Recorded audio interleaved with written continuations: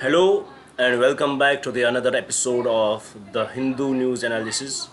You know, it is 11th June today, and in this video we are going to solve some, or we can say we are going to discuss some important articles which could be very much relevant for your preparation, whether with respect to prelims or mains.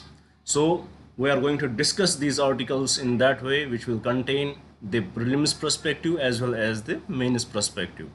Before we start our discussion, I would like to give the brief introduction about this initiative which we started from 2nd June on this YouTube channel, so that if you are new to our channel you will get more connected with us and maybe you will feel joining us. So basically from 2nd June we had decided to cover your full syllabus for UPSC, whatever is required for UPSC IAS, whatever is required, whatever subject is required for you to clear the exam, we are going to cover those subjects here. And we had divided our program into 2 videos every day. In the first one, which is this video, we will discuss the current affairs which are required for you. We will analyze them as I told you. And in the evening session, we are going to take up the second lecture where we will discuss the static syllabus. And we started with Indian polity. So today we are going to conduct the 7th lecture of Indian polity. If you are interested in this initiative, please do subscribe the channel, get connected with us, and do hit the notification button so that you will come to know when we are uploading the video. And we had promised you that by the month of January 2026 we will try to complete your full syllabus, except optionals. We are not going to conduct the classes for the optionals here. Except optionals, everything will be covered here. So this is about the initiative. If you feel that it may help you, please do subscribe the channel and stay with us. Now, without any delay, let's start our discussion by looking at the first article which was in the newspaper today. As the headline says, Erdogan's neo-Ottoman foreign policy. So what is this neo-Ottoman foreign policy? Let's try to crack it down. First, looking at what the Ottoman policy is, let's try to understand that by looking at the history. We'll try to briefly cover that. It was the 13th century, and there was a man named Usman. He was the beylik. He was the head of the base in the Central Asia, especially this region. So especially Anatolia region. So he had a dream that he wanted to separate his empire. He wanted to have an independent empire. At that time, it was the Seljuks, Seljuks in this region who were the emperors who were controlling this area, and at the same time there were Mongols. So in this tussle, he wanted to build an independent empire, and he laid the foundation of the Ottoman Empire. About Ottoman Empire, it was more theocratic empire. It was more theocratic empire, and the leader was called the Khalifa, or we can say in English Caliphate. He was the leader. And about Caliphate, you need to understand one thing: he is the supreme head of the Muslims all over the world. Whoever is the Caliphate, wherever a Muslim lives, maybe he would be living in any place in this world, his supreme leader would be the Caliphate. So he was called the Caliphate. The leader of the Ottoman Empire was called the Caliphate. And the policy, what kind of the society was there? It was the theocratic society. It was majorly driven by the Sharia law, So this continued till the 20th century, and during World War One, this empire started disintegrating. When Ottoman Empire, they sided with Germany and Austria, and they got defeated. And finally, the whole area of the Ottoman Empire, it started disintegrating, and it started the British, the French, they started taking over the areas which were under the control of the Ottoman Empire. So this is the little history of it. And after that, then you might have heard about the name Ataturk, who is also known as the father of the modern Turkey. He started a revolution there, and he started a revolution for the Turkey, a separate nation for them. And Turkey, he got the independence for the Turkey, and he is the founder of the Turkey, the modern Turkey. So with this, but there was an issue with the Ataturk. He was not theocratic in nature. He was very much secular. Because of him, there were bans on hijab. You cannot recite Quran in Arabic, and even even the azans in mosques, they could not be given on loudspeakers, and if given on loudspeakers, they should be in the Turkic language, not in Arabic language. So he revolutionized the Turkey, the culture of the Turkey. He bifurcated himself from the Islamic ideas. He was very much secular, and this secular nature of Turkey, it was well adopted by the people there. But as we know that whenever there is some revolution, there are always those elements which stay there, who want to revive the past. There were always these elements there, and they always wanted to revive the past. They always wanted to go back to the past. So what they did, they tried to form the governments, but they were not allowed to do so because their motive was much theocratic, their motive was much Sharia based, and it was not allowed under the constitution of Turkey. So they were not allowed. So in this way, in this tussle, a year came when Mr. Erdogan here, he became the PM. He became the PM of Turkey. He was much Islamist, he was much in favor of Islamic teachings. We can say he was, his ideology was Islamist ideology he had, and he developed this Turkey in a different, he gave direction to the Turkey in a different manner. And after some time, when he was the PM, being a PM, there were some drawbacks to it. He had some limitations. So what he did, he amended the constitution there, and he became the president. Now he is a kind of a dictator there. And now his policy has always been that he wanted to revive himself. He wanted to revive the Ottoman foreign policy. Whenever anything comes back, whatever used to be in the history, and that thing comes back, is called the neo, is added with the suffix neo. For example, liberalism, you would have heard about him. When about liberalism, you would have heard about it, but when it came back after its decline, it became the new liberalism. You would have discussed that in your economic classes. Similarly, now the foreign policy which is adopted by him is called as much neo Ottoman foreign policy. His relationship with Pakistan, his relationship with the Azerbaijan, Malaysia, and he is trying to have good relationship with the other Arabian countries. For example, Saudi Arabia, he is trying to develop his relationship with them, and also with Iran and other countries. So he is spreading his foreign policy, his trade with the Pakistan. We had seen recently the Operation Sindoor was there, which we are going to discuss in the next article too. In Operation Sindoor, we saw that how Turkey was the sole supporter, a kind of a straightforward supporter to Pakistan. He stood for the Pakistan, and his drones, their drones were used by the Pakistan during this conflict, during this brief conflict. So his foreign policy, it is much in favor of the what it used to be during the times of Ottoman Empire. He's trying to get connected with the Islamic world, but at the same time he has an issue because he's the member of the NATO. So he's at the same time Turkey is the member of the NATO. So what they are trying to do, he is trying to balance the NATO and the Islamic world and the Islamic tradition. He is trying to balance it. So in this tussle, what has happened that his economy, it is getting hurt. We had seen during his tenure, during the first decade or two, his economy, he helped to revive the economy of the Turkey. But after that time, when his economy started to decline, when inflation hit the Turkey, his policy changed. Now he cannot win elections, he cannot please the people on the basis of the developments he has done.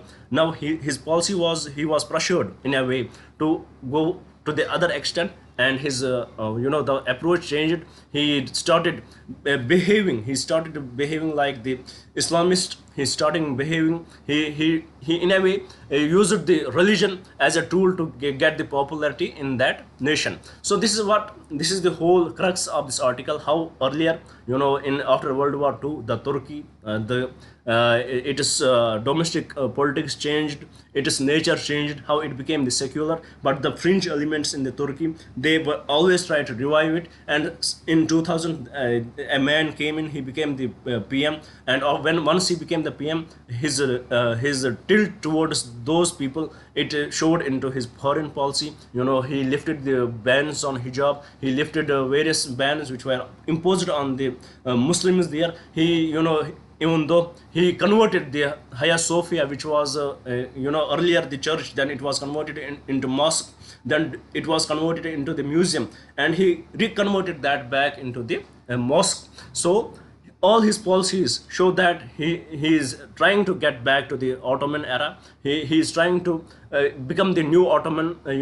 His policy is perceived to be the new Ottoman foreign policy. He is trying to get connected with the Islamic world. He is trying to be acknowledged in the Islamic world, so that all the countries will acknowledge them, and he will, in a way, the Turkey will be considered the head of the Islamic world. In this tussle, he has to balance the NATO also, he has to balance the Europe also. So this is the issue with him right now. And here also the issue for India is how we can balance Turkey right now, how we can balance them, because we had seen during Operation Sindoor how they sided with Pakistan, and the reaction from Indian side, especially from the people, what was that? Was it justiciable? Should the people react like that, or there need to be much diplomatic interaction between the two countries? We need to clear our stance. What we are the victims of the oppression of the terrorism coming from the side of the Pakistan. We need to educate every country in the world, especially these countries which are favoring Pakistan, so that it will help us in the longer run. So this is the whole crux of the article. I hope you had understood it. Nothing that much in this article, just the crux, just the basic understanding of the Ottoman Empire, how his policy is changing, how he is trying to regain back that pride, what Ottomans used to have. This is what it is about. Now with this, let's try to solve a question. A question about Turkey may come in the exam. Maybe they may ask you about the borders Turkey is sharing with. So with this respect, let's try to solve the question here on the next slide. Here the question says, which of the following groups of countries correctly identifies all the land bordering neighbors of Turkey? First, Bulgaria, Greece, Georgia, Armenia, Azerbaijan, Iran, Iraq, Syria. Let's keep it here. Second, Romania. No, Romania is not bordering Turkey. Ukraine, it is not bordering Turkey.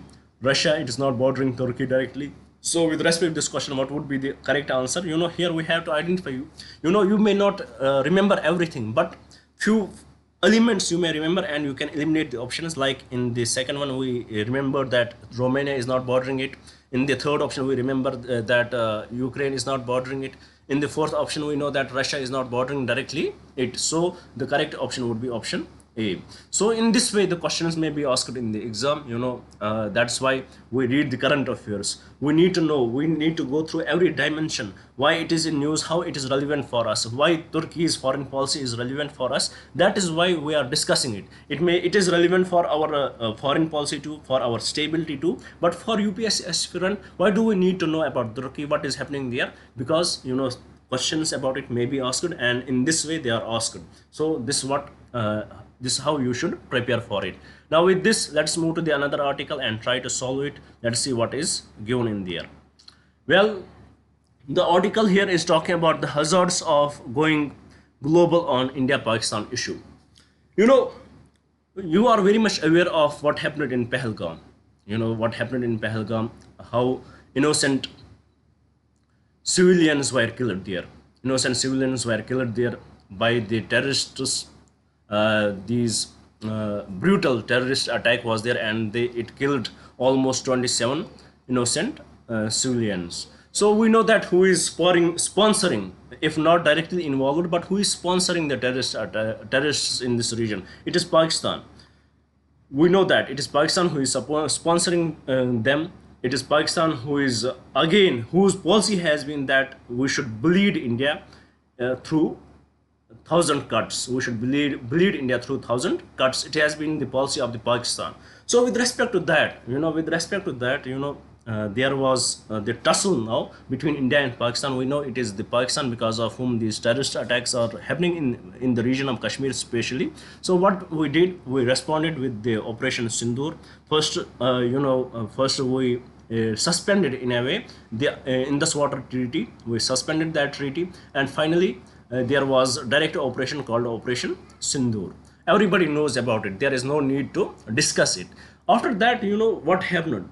There was very little, we can say there was the wave of misinformation in the region, especially from the Pakistani side. How they tried to perceive it, how they tried to highlight this issue. They had done it in their way. They called the international media and they tried to behave like the victims in it. But in actual, who was the victim? It was India who was the victim. But how they perceived it, how they handled the situation, they believed that, they behaved that they are the victims in it, and they tried to convince every country in the world that they are the victims. Now what is the issue? What happened after that? After that, it was the time that when world started siding towards each country. Some started siding towards Pakistan in this battle, and some started siding towards India, our close allies. There was a tussle in that, and it was a time India decided that we should send our committee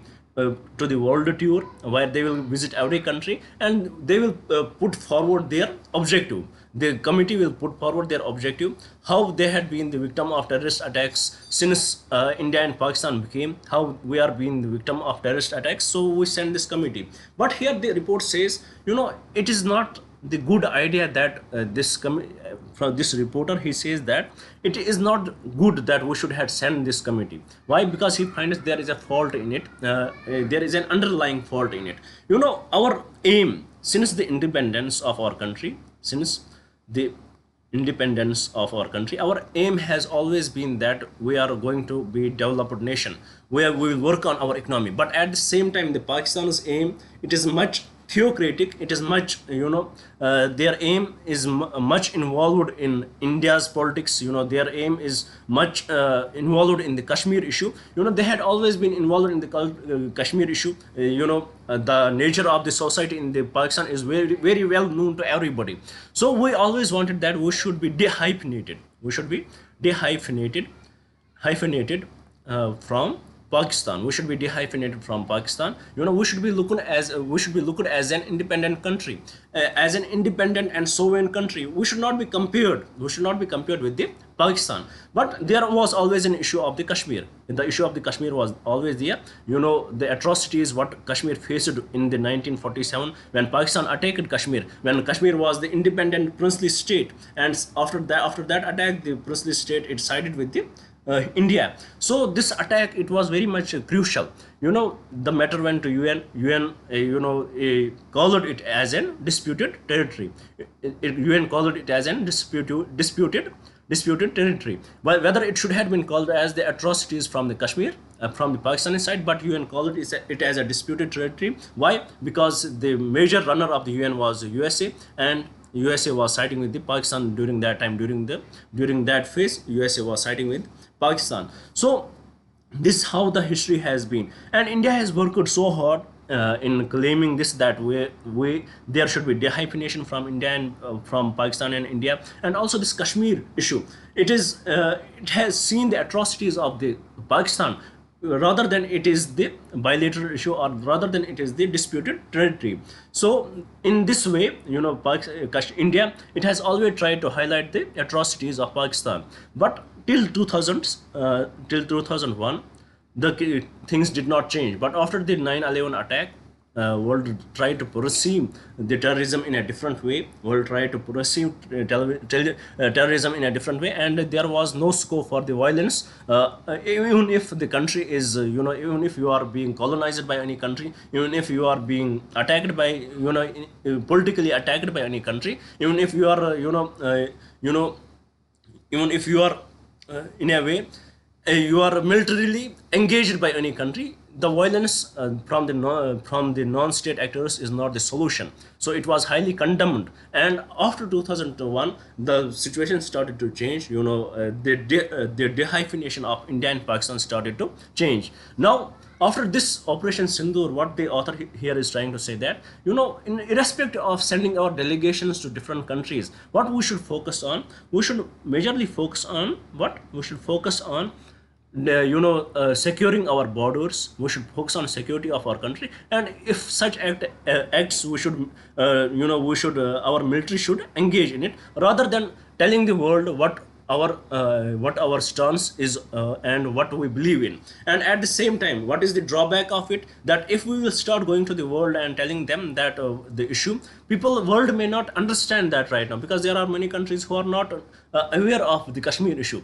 They will go to the UN maps, they will understand that under the UN maps they will find out that it is a disputed territory, and it will again rehyphenate India and Pakistan. And we had seen after Operation Sindoor, there is a sign of the rehyphenation. There is a sign of rehyphenation. It may not last long, but right now there is the sign of the rehyphenation, and our foreign policy has to work on it. We have to work on it. We have to dehyphenate ourselves from the Pakistan.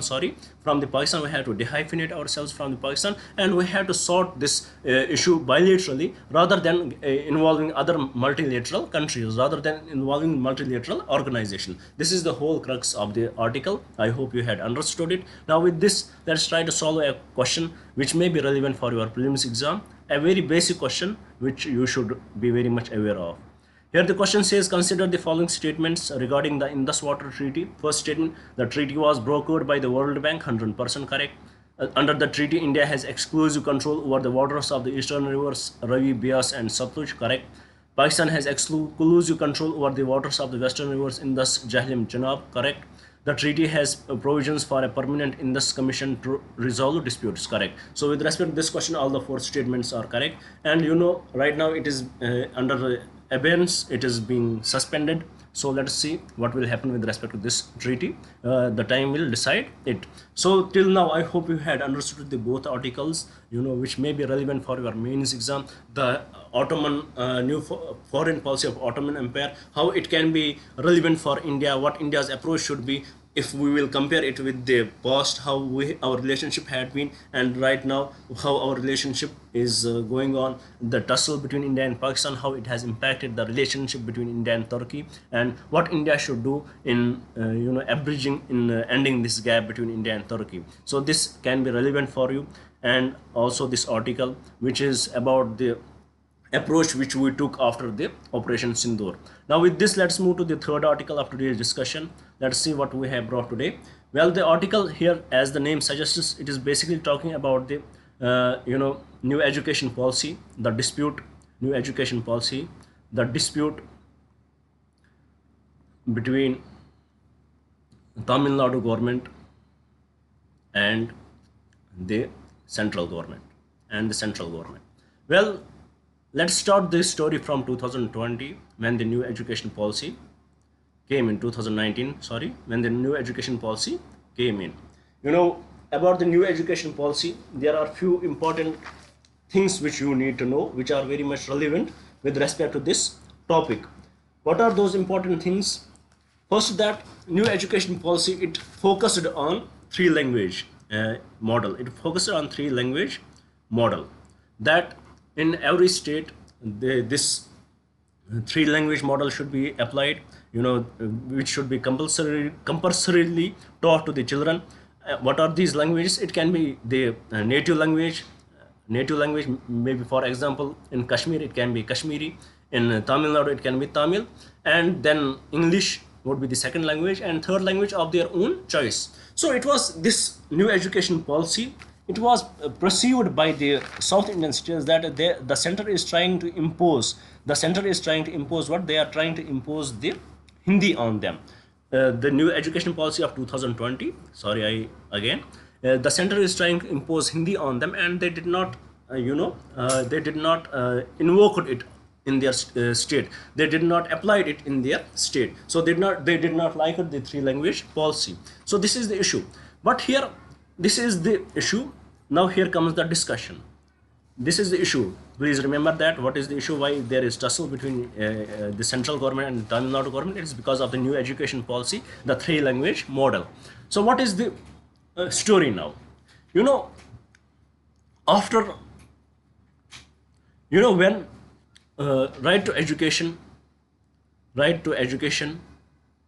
became the fundamental right under Article 21, you know, it became very much mandatory for the states to give the fundament, to give the right to education, to educate the children from the age group of 6 to 14. From the age group of 6 to 14, it was very much fundamental that the students there should be given the education.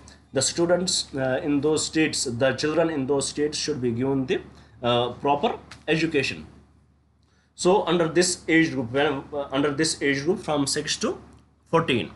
Now, when this became the fundamental right, then came the act which is known as Right to Education Act.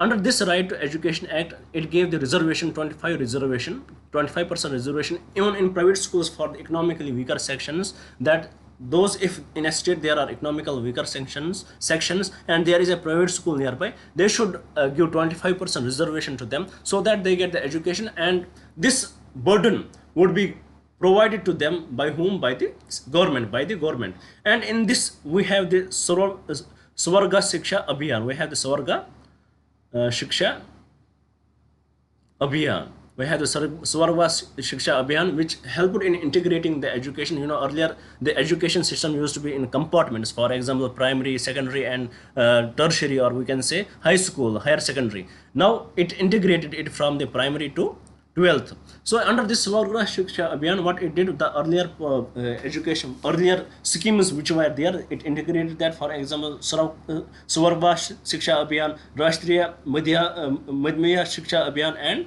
teachers education. It integrated these three education schemes into one. And what is the crux of this Swarga Shiksha Abhiyan? It is a centrally sponsored scheme. It is a centrally sponsored scheme under which the center has to provide money to the states for the education purpose. But once the national education policy, it was not implemented by the Tamil Nadu government, so what center did, it withheld this money. It did not give this money to them. It withheld this money. So the case went to the Supreme Court, and it is being heard by the Supreme Court. So here, with respect to this case, the Tamil Nadu's here, as the name suggests, that don't withhold the Tamil Nadu's RT funds over NEP disputes. High Court is advising the Union Ministry that they should not withhold the Tamil Nadu's funds under RT funds over NEP dispute. It is advising them. It is not ordering them, but it is advising them that the Tamil Nadu High Court, it is advising that the Union Ministry, that the central government, they should not withhold Tamil Nadu's RTE funds over NEP dispute, the NEP dispute which is between the Tamil Nadu government and the central government. So this is the whole story. About now, let me recap it. Let me brief it down. Earlier in 2020, new education policy came in. Under new education policy, three language policy was to be implemented by the states, and Tamil Nadu did not like it because they felt that central is trying to impose Hindi on them. But it is not like that. You know, in three language policies, you can go for any third language. But Tamil Nadu did not like it. So they did not implement the new education policy. But at the same time, there is a scheme running, which is named as Swarga Shiksha Abhiyan, under which the center is providing funds for the states, which is centrally sponsored scheme. Center provides funds to states for the education of the people. And when the Tamil Nadu government did not agree to new education policy, what center did? They withheld the money under this scheme. So for this, and also at the same time, when we see the Right to Education Act, when we see that, we find out that it is very much compulsory for the private institutes to give the 25% reservation for the students belonging to economically weaker sections, and this should be this fund should be given to them by the state government. But if state government is not getting the funds from the Swarga Shiksha Abhiyan, how they can give it to the central, to these private schools? So this is the whole issue.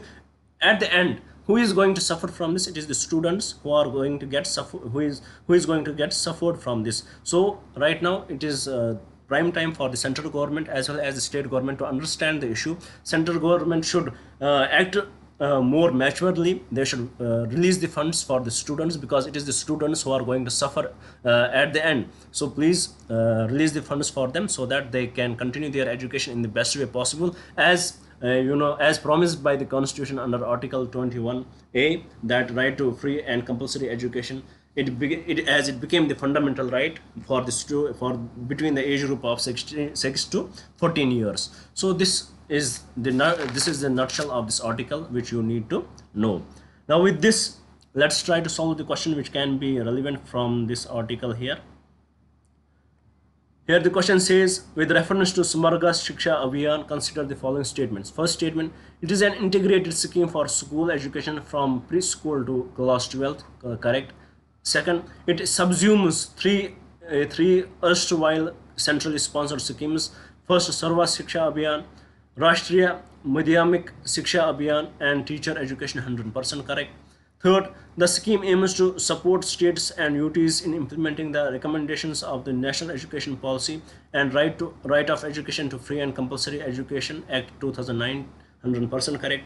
Fourth, a key focus of the scheme is on improving learning outcomes, bridging social and gender gaps, and promoting vocationalization of education, 100%, correct. If you did not understood Samarga Shiksha Abhiyan from the discussion, this question will give you the proper understanding of it. So that is why we bring in these questions with our discussion. So the correct answer to this question would be option D. Now with this, let's move to the another article here. Let's try to discuss it. Well, the article here is about the Justice Yadav and Justice Verma.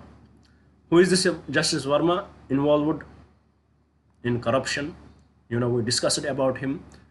His residence got fire and we found half burned money there. And Justice Yadav, he had given some communal remarks in 2020. Because of that, he was supposed to be removed, but right now the government is silent over him.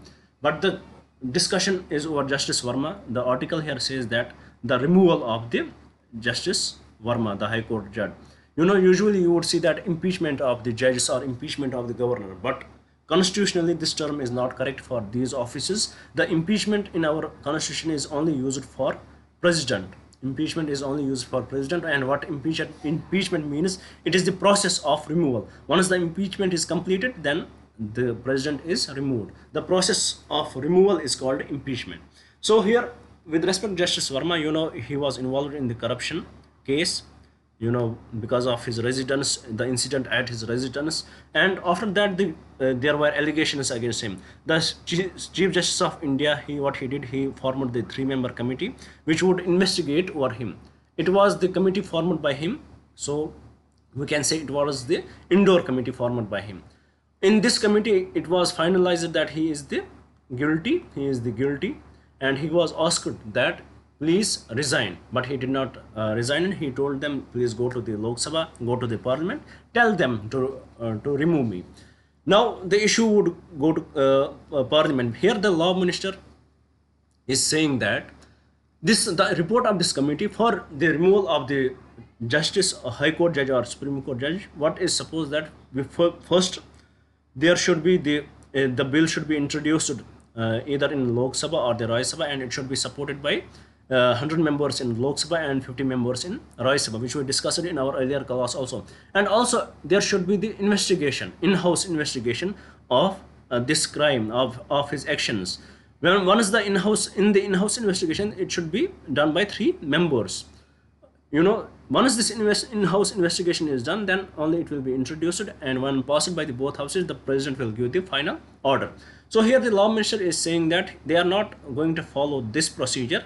They will take the investigation done by the Chief Justice of India, they will take it as an in-house investigation. The author in this article is saying that it would be unconstitutional. So that is the whole discussion. Here the discussion is about his removal. We had discussed it.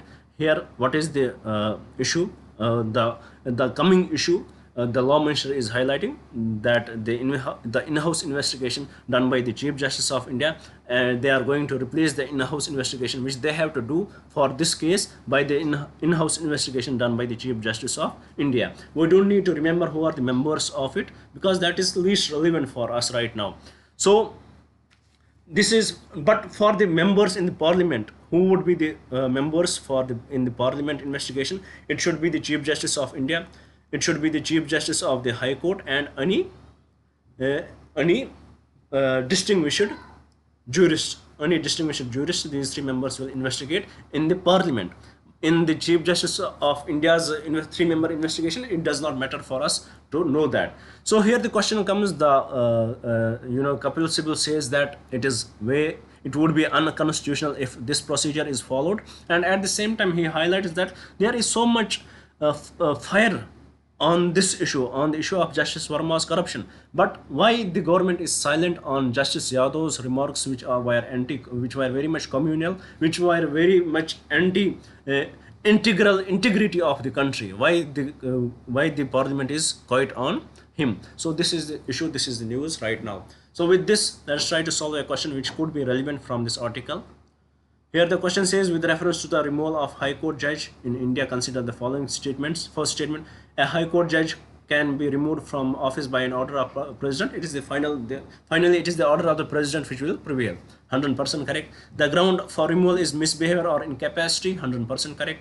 The motion for removal must be passed by the special majority in both houses of the parliament. 100% correct.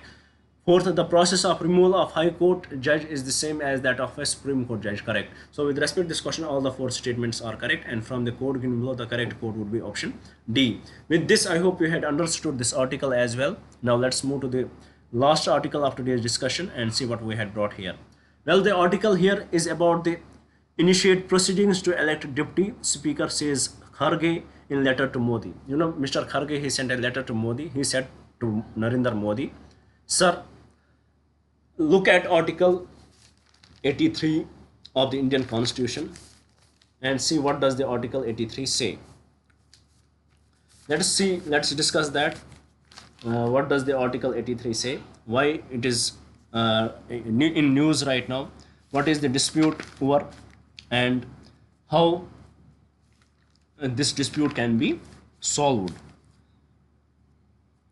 Sorry, not 83, Article 93. I was a little bit confused over it. Article 93 of the Indian Constitution.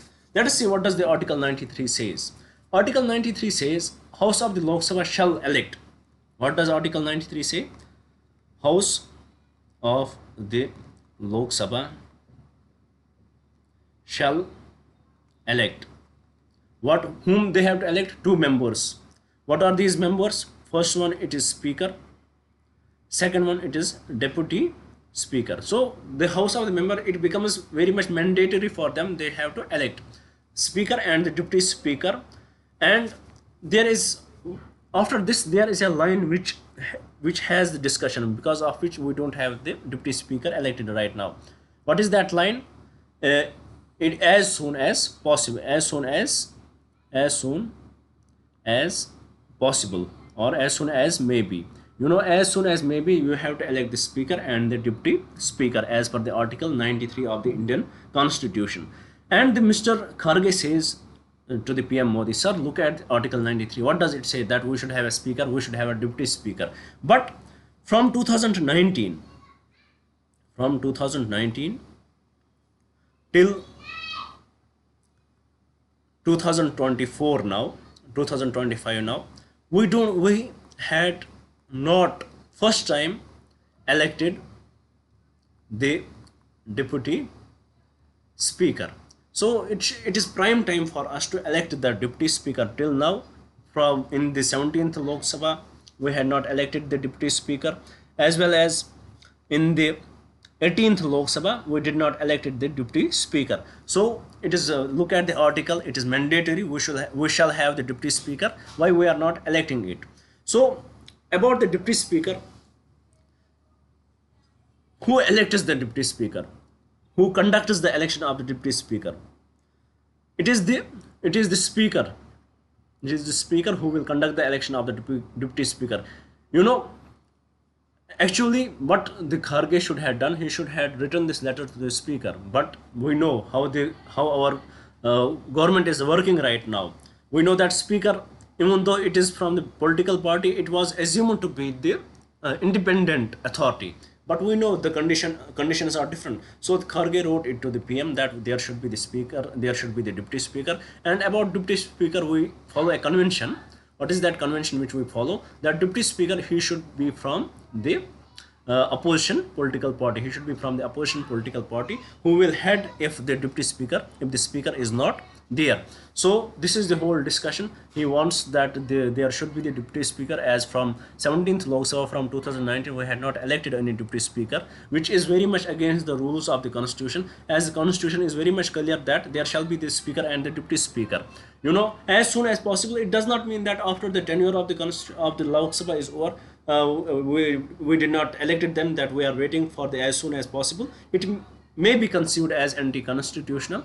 Let us see what will happen with this. Right now, know about the Article 93, know about the deputy speaker, know about the convention followed, and know about who is electing him. So this is what you need to know here. Now with this, let's try to solve the question which could be relevant from this article, and let's try to analyze the question here. The question says, with reference to the office of the Deputy Speaker of the Lok Sabha, consider the following statement. First statement, the date for the election of the Deputy Speaker is fixed by the President of India. No, it is fixed by the Speaker.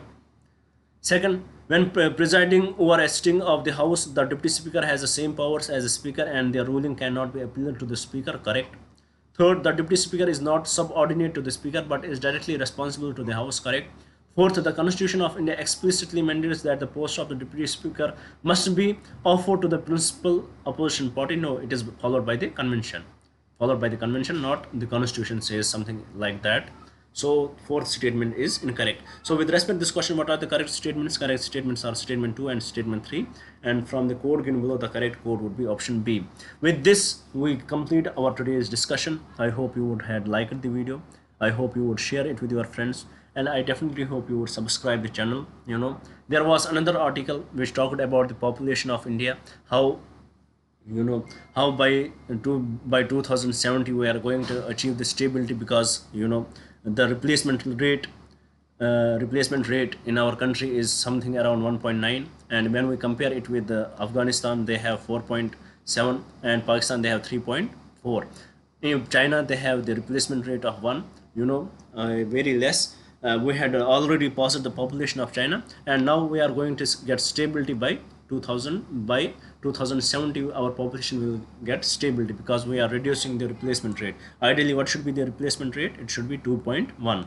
Once, for example, when the parents will die, their 2 children will replace them. This is the ideal replacement rate. Why this 1? It is for the you know, it is the limit. Suppose all the children don't survive, all the newborns don't survive, so for that this 2.1 limit is given. So this was another article which I believe you should know about it.